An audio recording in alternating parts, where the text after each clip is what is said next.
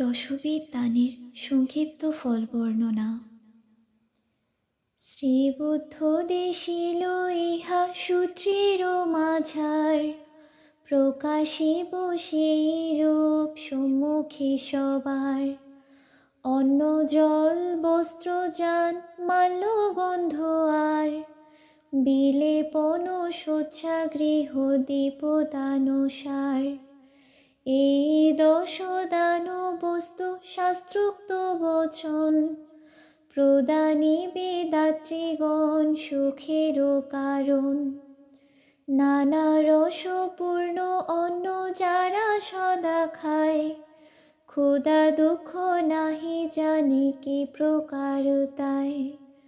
অন্নদান ফল ভোগে সেই মহাজন, নিশ্চয়ই জানো হে ওহে অন্নদাত্রীগণ।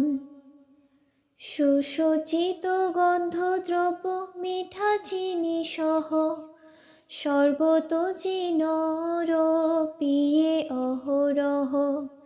পিপাসায় কি যে দুঃখ না জানে যে জন, পানীয় দানের ফল লভে সেই জন। রেশমি পশমি বস্ত্র সুন্দর সুন্দর, যে বা করে ব্যবহার উহা নিরন্তর। কিরকম বস্ত্র দুঃখ না জানে যে জন, বস্ত্রদান ফল ভোগে সেই মহাজন। হস্তি অশ্ব যান আর রথ চোদলেতে, চড়িয়া বেড়ায় যে বা মনের সুখেতে। পথশ্রম কিবা দুঃখ না ভোগে যে জন, যান দান ফল ভোগে সেই নরগণ। বিচিত্র ফুলের মালা সুগন্ধ বাহার, নানা অলঙ্কারে ভূষে যে বা অনিবার।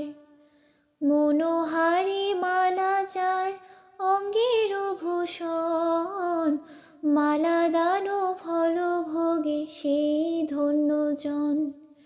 গন্ধ চূর্ণ গন্ধ ধূম গন্ধ তৈল আর, অঙ্গে অঙ্গে প্রবাহিত যার অনিবার। সুরভি সুগন্ধ যেবা করই মণ্ডন, গন্ধদান ফল ভোগে সেই মহাজন। কর্পূর কুঙ্কুম যত সুগন্ধি চন্দন, প্রতি অঙ্গে করে যেবা সদা বিলেপন। সুগন্ধে পূরিত যেবা করে বাসস্থান, বিলেপন দান ভোগে সেই পুণ্যবান। সুবর্ণ খচিত শয্যা পশমে নির্মিত, মণি ও মাণিক্য জাল যাহাতে যোজিত। এই রূপ শয্যার মাঝে শায়িত যে জন, শয্যা দান ফল ভোগে নিশ্চয় সেজন। কারুকার্যে রমণীয় প্রাসাদ যাহার, গন্ধর্বের বাদ্য বাজে যাহা অনিবার। এমন প্রাসাদে যেবা করে অবস্থিতি, গৃহদান ফল সেই ভোগে দিবারাতি।